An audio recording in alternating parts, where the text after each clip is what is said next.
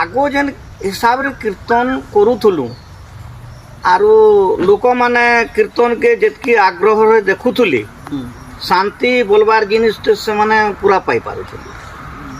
कीर्तन आमे जेते बेले मुई कीर्तन पहला आरंभ कली आमर सातुपाली गाँ थी। मोर दादा जड़े गुरु है, विख्यात कलाकार है, जे कि बिरंची मोटारी से माने कीर्तन करूले। तांकर कीर्तन के मुई पिणारे जाकर बसे देखे। मुझे सेते बेले छोट थी, पढ़ी जाऊली, हाफ पैंट पिंधुली। तो से कीर्तन देखी देखी आसे आर जेन गीत मत पसंद लगी से गीत के मुझे घुसू दे मने मने छोट बेलू मन भीतर ताके से गीत के रखी थे आर देखी जाए खाली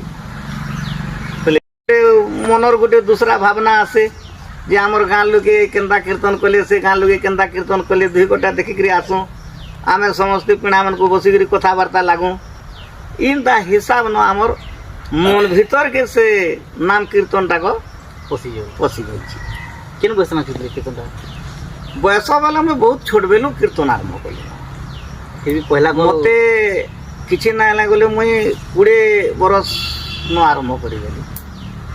शिखवाटा 18 बरस न मुई आरंभ करी।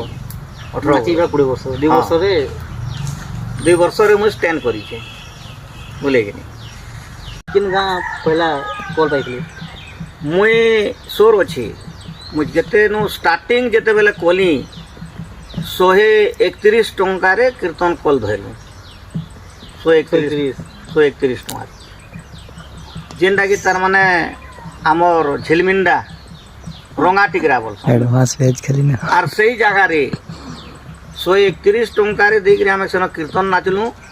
सेतकी बेल के आमर ताल मान ओडिसी छांद चंपू ऊपर बेसी आधारित थिला।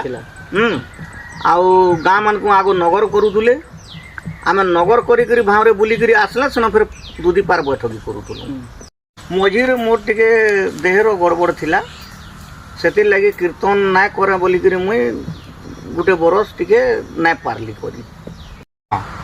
बिरंची मोटारी बोला पश्चिम ओडिशा चहल पके दउतला आगर हिसाब रे पाला रे गले कीर्तन रे गले तो बिरंचीर भाई केन्ता गाउजे आनु बिरंचीर भाई केन्ता गाउजे आनु लोकंकर गुटे देखवार गुटे सब बढ़ी गला। तो सेनु चलला मैं एतर को नाची डेगी करी गली तापरे एतर को सबे बहुत सिखै चलली मैं पाखापाखि केतेटा हबा पाखापाखि होई जिबा मिनिमम 30-35 टा पार्टी ही